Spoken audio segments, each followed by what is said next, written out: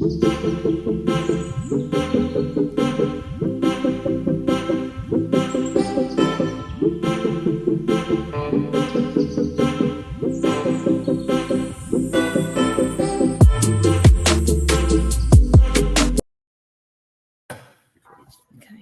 Good morning and welcome to Buy It, Rent It, Profit Education. Today we have Chad Musgrove with M&T Bank, Senior Vice President, and he is going to talk to us about finances from 2023 and what to expect in 2024. Take it away, Chad. All right. Good morning. Good morning. Great to be here with you. Thank you for having me this morning. Listen, it's 2024. 2023 wrapped up. I think everyone would say that it was probably not the year we envisioned, but you know what? That's okay, because I think in 2024 we're going to see a number of changes that I think will benefit everyone. So, yours truly here, Chad Musgrove, as Karen mentioned, I'm Senior Vice President with M&T Realty Capital Corp. We are a wholly owned subsidiary of M&T Bank, which is roughly the 11th or 12th largest bank in the country today, with about $220 billion in assets. Bank's headquartered out of Buffalo, New York. I primarily work across the Southeast and Sun Belt. I guess just a little bit of background about myself. Been in the commercial real estate finance industry for the last 14 years or so. I'd say pretty much focused exclusively in the multifamily sector, but obviously looking at various asset classes. And happy to be here with you today and kind of talk about current and economic trends and what we hope to see in 2024. And I would say, just to kind of start out, that the theme for 2024 for me personally is general optimism. Many of you are probably wondering why that's the theme, and why I believe that is the outlook that we should have on the year. Well, I think 2023 was a pretty slow stalled, however you want to call it, tepid year for most. And I just I think the dynamics for 2024 are going to come with a dose of reality that we have clear challenges that are going to take place in the market. You have owners, operators, developers, lenders on my side, the asset managers and servicers who service a number of loans, you have bondholders, et cetera, that are facing a range of, stressed, I would say, and some distressed transactions. Last year the market was pretty restricted, right? We saw a contraction of credit. Many banks were not really lending in the marketplace, and those that were lending were really kind of, as we say, picking their spots. And so I think 2024 is going to have some more deal making opportunities. I think all of the market participants will benefit from that, right? The owner operators who need to recapitalize transactions due to the change in interest rates and change in costs, right? The investors who invested in these deals who need to reallocate dollars and equity across their portfolio, where they see assets that are performing, and they may look to unload those that are not performing as well. And at the same time, you have lenders such as myself who are looking for not only the right transactions to provide capital for, but also looking for the right sponsors, right? When you have, like I said, when you have that general optimism in the market, but there's still some uncertainty that remains, right? There's significant variables. Interest rates are still somewhat of a moving target. Valuations of assets are still a moving target. As we continue to see more transactions take place, we'll be able to have a level set, right? Or, what are values for multifamily properties in Tennessee? What are those values for assets in Orlando? What are those values for assets in Miami or in Nashville or, a North Carolina or a South Carolina? So I think, you're going to have many deals that are going to come to fruition, but it's going to take a concerted effort on all parts, right? And I think the biggest piece of that is really going to be the valuation community, right? It's going to be your appraisers. It is going to be, how do they feel about assets in these certain marketplaces that are going to be driven by the demographics, right? Who's moving there? Are the jobs going there? Are you having higher paid, workers that are working remotely? Right? These white collar workers that are able to work from anywhere. We're seeing that continued trend. And if you've been kind of, reading the tape and the lines and, various publications have posted that, CEOs and C-suite professionals are having a very difficult time getting employees to come back to the office. So we continue to see a changing demographic where folks are moving from, say, either the Northeast, in some cases the Midwest, still to the the Southeast and the Sun Belt, where they're still looking for value for where their dollar goes, right? Who would have thought today in some places we'd be looking at a $6 gallon of milk? And inflation is still very real. And while we have seen it come down and expect it to come down, because we have to remember these are lagging indicators, right? So the changes that the Fed made with increasing rates and the tightening from banks, it's still taking its time to work its way through the marketplace. So you're still going to have continued changes there, right? So, I mean, look, I think the big thing for 2024 is that what a lot of investors have already embraced, and that is private credit, private debt lenders that are providing, bridge loans, mezz loans, preferred equity within transactions, because, just kind of taking the multifamily aspect of the commercial real estate space right now, right? We probably have 500, billion or so. And I believe the last number I saw of transactions that are coming due over the next, 18 to 24 months, right? With much of that being focused on the multifamily sector. I think industrial is a close second. Retail did not get a lot of love during this cycle. I think we were very focused on the affordable housing crisis. So look, with higher interest rates, we experienced higher costs when the supply chains were very limited, right? So what happens now that interest rates are higher? What happens that cost ran up? For those investors who bought properties and they may have enhanced the NOI, right? They may have increased that net operating income by 15 or 20%. But much of those gains were eaten up by much higher interest rates and higher costs. And now, as it's time to refinance many of these transactions, today we're seeing a lot of transactions that are facing a cash-in refinance, right? And what that means is someone's going to have to come to the table with a check to exit that short-term bridge loan. Right. And where's that money going to come from? Right. That sponsor is going to make a capital call to its investors. And guess what? If you are the first one who's refinanced your properties, well, guess what? You may be lucky to get that capital call and that investor has cash for you. But what happens to the other 4 or 5 deals that he's invested in? And, is there going to be enough capital to go around, right, at the current basis in a deal? What we're seeing right now is that many sponsors are having to take a haircut. And unfortunately, in some instances, their equity is completely wiped out.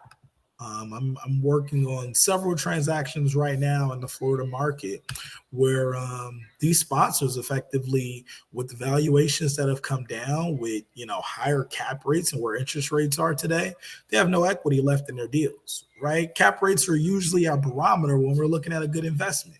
If you're buying at a, call it a 5 or a 5.5% cap rate today, With interest rates, call it somewhere in from the 5.5 to 6.5, 7% range. Well, what does that mean? That means you're upside down day one, right? Your return on that property is going to be less than the interest that you're paying on that mortgage note from day one. So we have to just be mindful in this marketplace.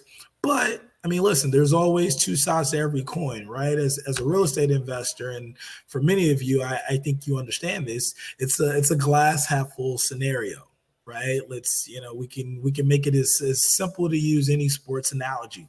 In order for someone to win, someone has to lose, unfortunately, right? So there are going to be investors who, hopefully I wouldn't want to see anyone experience a bankruptcy or anything of that nature, but there are going to be investors that are going to have to recapitalize their deals. They're going to have to bring in a new partner. It's going to be at a new basis that is, based on valuations today. So again, that's why I say that those appraisers are very, very important today, because understanding where the value of a deal is at is what's going to allow an investor to really decide whether or not it's a transaction they want to take on.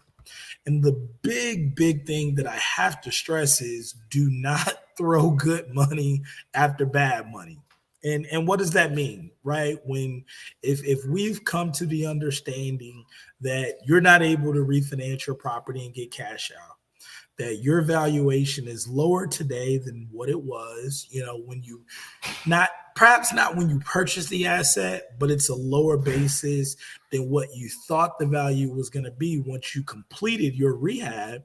Well, in that stance, right, we just can't magically wave a wand overnight and say that, we're going to have this in value increase by millions of dollars or hundreds of thousands of dollars.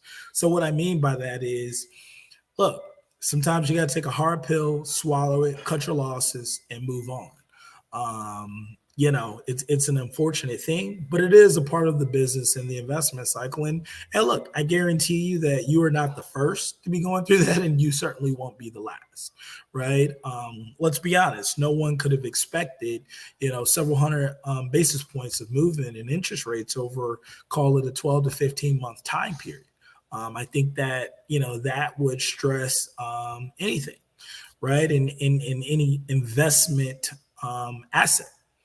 So, I think aside from that, again, borrowers are kind of generally hopeful that interest rates are going to decline. I get many questions every day. Hey, the Fed has been talking about, inflation. They feel that they've tamed inflation somewhat.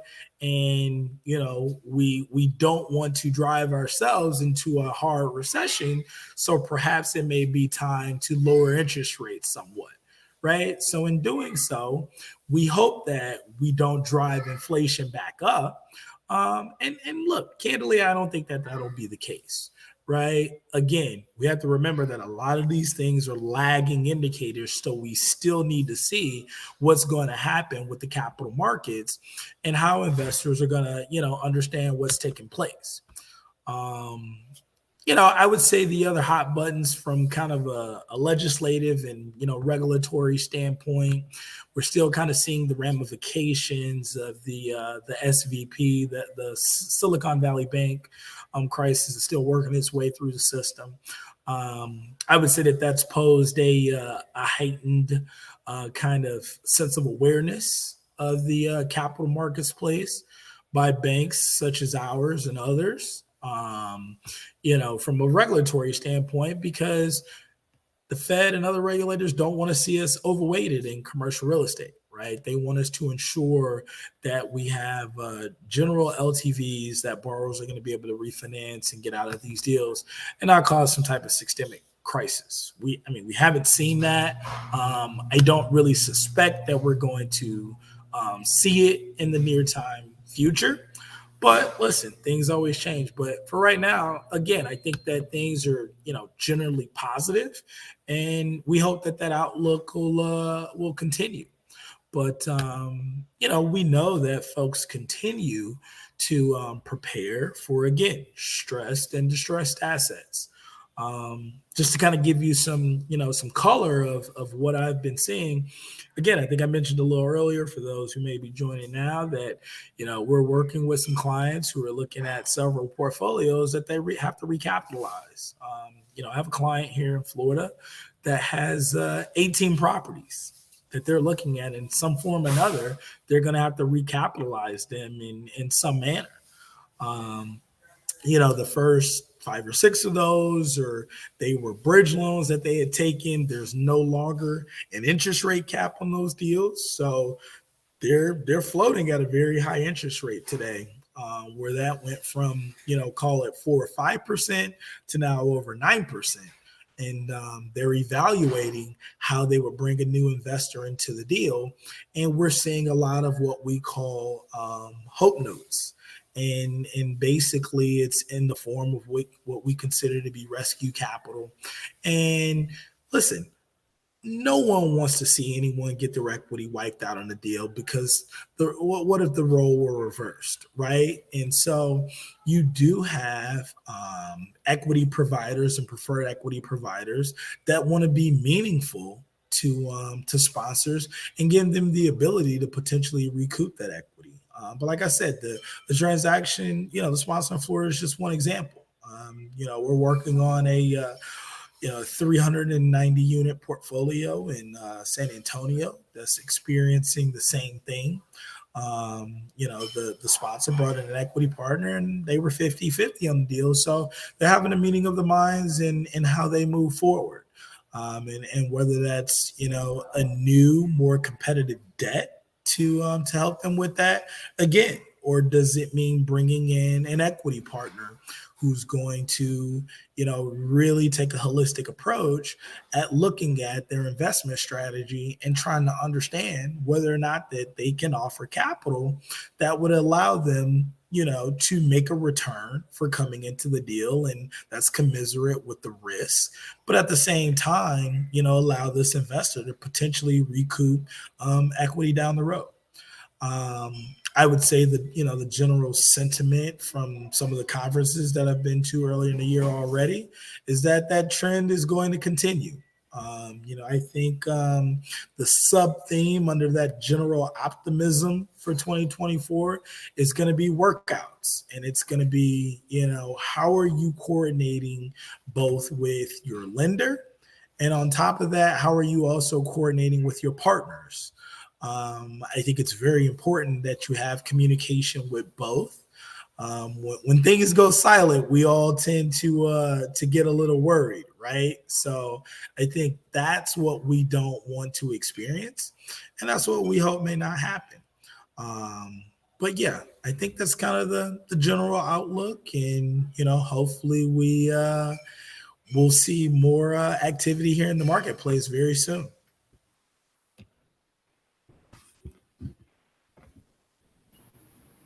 So people are looking at much lower returns.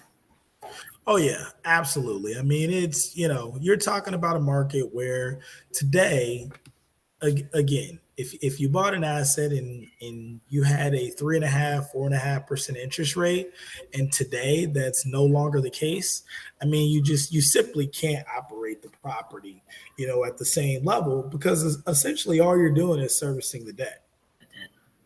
Mm-hmm. Are they changing the requirement for the DCR?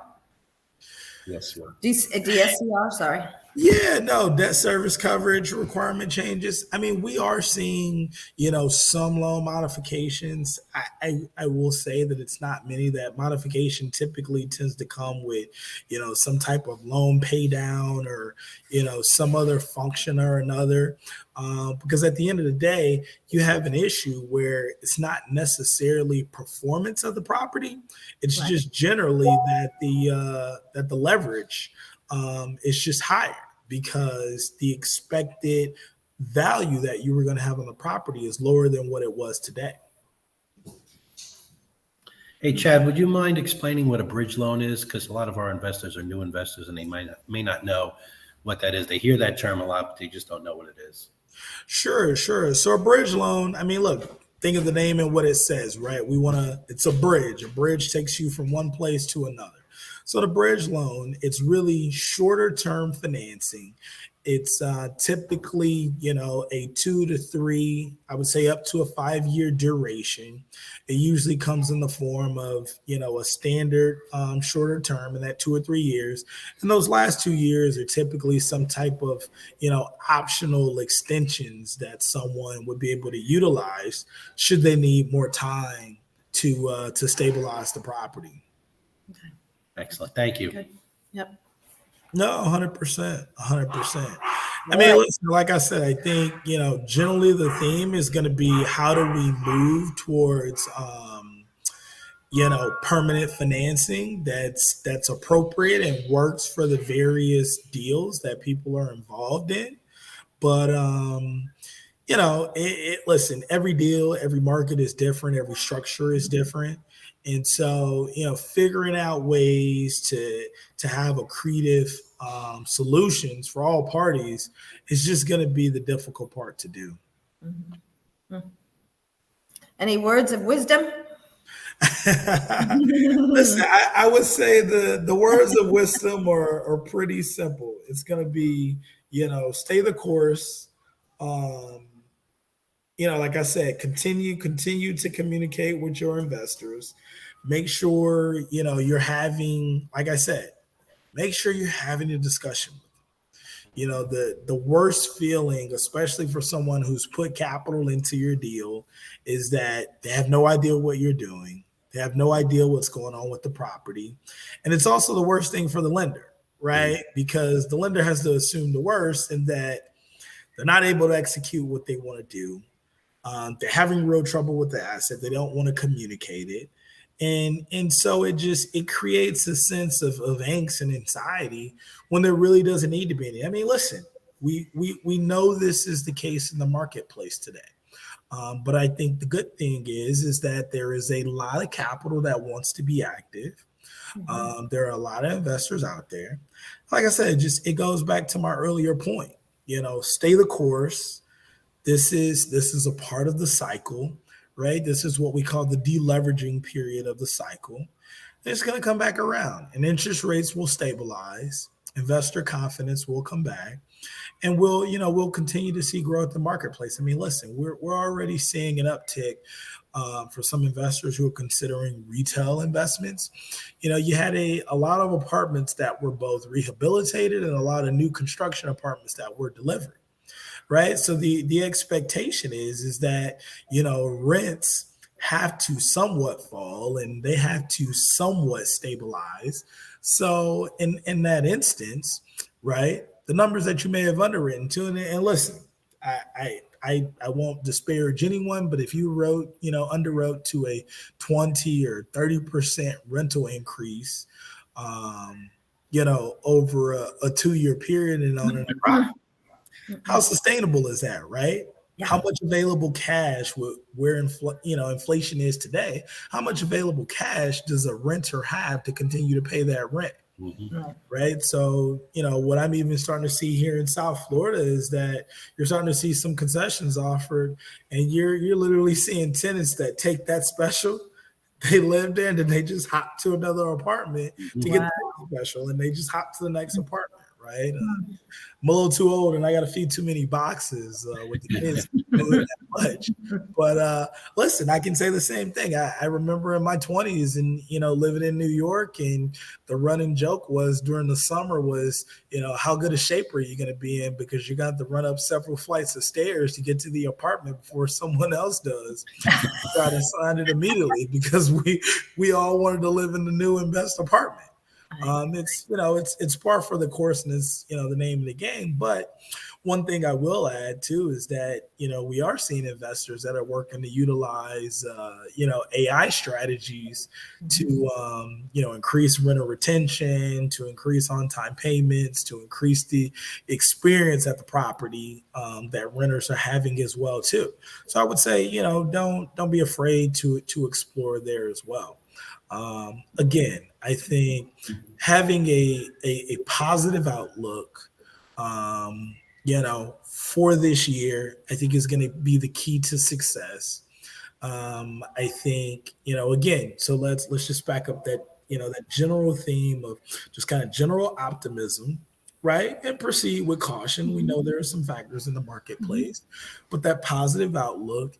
And again, continue communication with your lenders and your partners and the investor community in general. Listen, there may be someone that you can partner with on a deal and they want to restructure, and it can become a great opportunity for you because listen, we invest in markets and we invest in basis, right? And we invest in location. And I think the latter two, you know, of that is going to be very critical. If you have the most well located asset, that's going to be, near thoroughfares, and that's going to be near retail centers where people want to be. That's going to be near the dining. That's going to be near the everyday essentials that folks need, right? Your grocery stores, your Walmarts, your Publixes, your pharmacy, your dry cleaner. Those properties are going to continue to still do well, right? Albeit it may be at a slightly lower rent. But would you rather have that asset that's well located, or would you rather have an asset that's not well located and have to create that experience for renters to want to live there? I'm not saying you can't do both, but when investing in assets and when as a lender, when we're making a commitment to extend a loan, we want to know that your property is going to compete with the comparables nearby, right? And we want to know that the performance is going to do well, right? And so I think you just got to be rooted in the fundamentals, and again, just kind of stay positive, stay optimistic, and just know that this is going to be a year where there are successes to be had. Awesome. Excellent. Awesome. Thank you so much. We're always grateful for you, Chad, taking your time. We appreciate it. Sure. Looks like we got a question. Yes. Do you think because of what's going to be going on and being cautious and things like that, that like new development is going to slow down? Well, Terrence, I think in general, new development is going to slow down, right? What we experienced over the last year was that, many banks, they had to pare back their construction lending. They took the approach to really kind of service the clients that they're already working with. So what that means, Terrence, is that investors or developers such as yourself, they were not afforded a new construction loan to start on a new project, right? Or you had developers that were already in the middle of projects and perhaps they, took a loan from a non-bank private lender. And let's say that, that private lender had trouble with other assets and other loans. And so they said, hey, developer, we need you to pay down this loan or pay it off. Right. I'm working on a project in Washington, D.C. now where that was exactly the case. And one of our partner banks is actually going to step in as a bridge loan to complete the construction. And then we've already put together a forward commitment where we're going to give them the permanent Fannie Mae loan. The permanent Freddie Mac loan at the time that they execute the new bridge loan to finish the construction. Right. So that's kind of where I'm talking about. You got to have that glass, half full approach. But the bottom line to your point is, Terrence, with less capital in the marketplace means there's a lesser ability for developers to get capital to start their projects, which in turn means that there's going to be less, new units that are going to come online. So where the rents that are stabilizing and hopefully not flattening, the hope is that they'll be stable to somewhat trending up. Because what you have to remember is, again, real estate is a very lagging indicator view. If someone's not building today, that means that's a unit that's not going to be online 2 or 3 years from now. So that building that you own today, those rents may be flat today, but in the next year, when more people move in town and there's less supply, and the year after that, and more people move in town and there's less supply, then you'll be able to push rents again. But yeah, it's just the nature of the cycle, my friend. Okay. Thanks. Absolutely. You're more than welcome. All right, Chad. Thank you. Thank you. Thank you. Well, thank you so much for having me. It's always great to be here with the team. And we will be in touch and keep well. Stay well. All right. Well, again, everyone, stay positive, have that general optimism for 2024, and let's make it a great year. Thanks, right? Chad. Thank you, Thanks, Chad. All right. Thank you. Have a good day.